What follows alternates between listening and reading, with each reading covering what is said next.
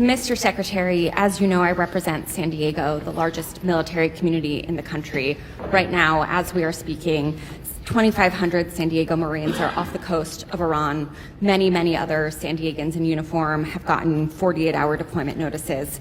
So this war in Iran is not theoretical for me or for my constituents. It's deeply personal. As you also know, on Easter Sunday, President Trump threatened to destroy Iran's bridges and power plants, writing, quote, "Open the fucking strait, you crazy bastards, or you'll be living in hell. Just watch." And 2 days later, President Trump wrote, quote, "A whole civilization will die tonight, never to be brought back again. I don't want that to happen, but it probably will." My office's phones have been ringing off the hook. I've heard from so many military families concerned about the president's mental fitness and whether he's fit to serve as our commander-in-chief, given that he's sending their loved ones into harm's way. Our troops, who have shown incredible bravery and tactical proficiency, deserve to know that their leaders are focused and stable. So, Mr. Secretary, you are with the president a lot, and it pains me to even have to ask this about our president, but my constituents' lives are at stake. Do you believe that the president is mentally stable enough to be the commander-in-chief? Did you ask the same question of Joe Biden for 4 years? Mr. Secretary, Joe Biden is not the president. Mr. Trump has been president for a year and a half, and I'm asking you did right not. now. And I won't even engage with the level of disparagement that you're putting on the commander-in-chief, who indeed is. Mr. Secretary, every single day. Mr. Secretary, Biden is not the president. He's the sharpest, most insightful commander-in-chief we've had in generations.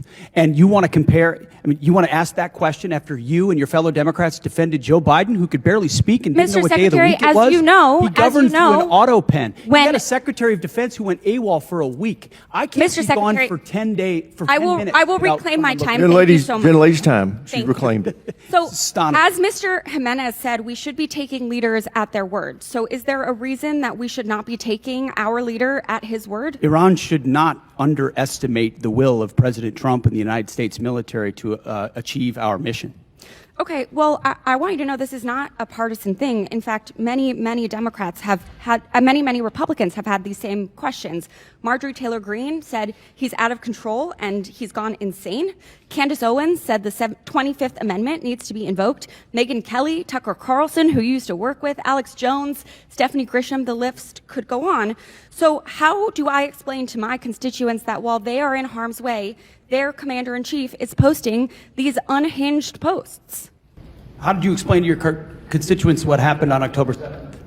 Or what happened in Afghanistan? Or what happened with the debacle and the withdrawal in Afghanistan, where the troops were left? How did you explain that with Joe Biden's leadership? Mr. Secretary, how did you explain that to the Marines that didn't get medals? That we restored their medals because of that disastrous withdrawal in Afghanistan. Did you explain that to your constituents when Joe Biden was asleep at the wheel and he had an AWOL Secretary of Defense? How about this next post? How can I explain this next post to my constituents? I'm Jewish, so this doesn't really bother me, but my understanding is that this is quite offensive to many Christians. So how do you explain this post?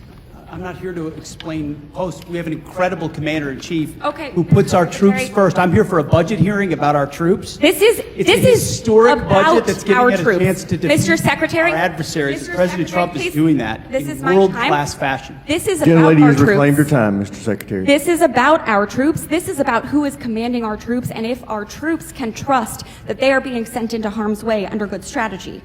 The mental stability of our commander-in-chief is deeply important to our troops. It's deeply important to this country. It wasn't our important to you troops' during Joe lives at Biden. stake. I'll remind you that when there were concerns, Democrats came together, and he was not our nominee for president. So I encourage you to have the same courage that Democrats had. Mr. Secretary, you keep saying that he is the best commander-in-chief we've ever had, the best negotiator. Talk to the troops. 13 American troops have died. More than 380 have been wounded. The Strait of Hormuz, which was wide open, is now closed. Less than 90% of traffic through the strait is still not going despite the ceasefire. The Iranian regime is still in power. It still has nuclear material. The war is costing Americans billions of dollars. And Mr. Secretary, if you think that this is what winning looks like, then maybe we should be questioning your mental stability. Maybe you are the one responsible for this failure, and the president should think about replacing you. Mr. Chairman, I yield back.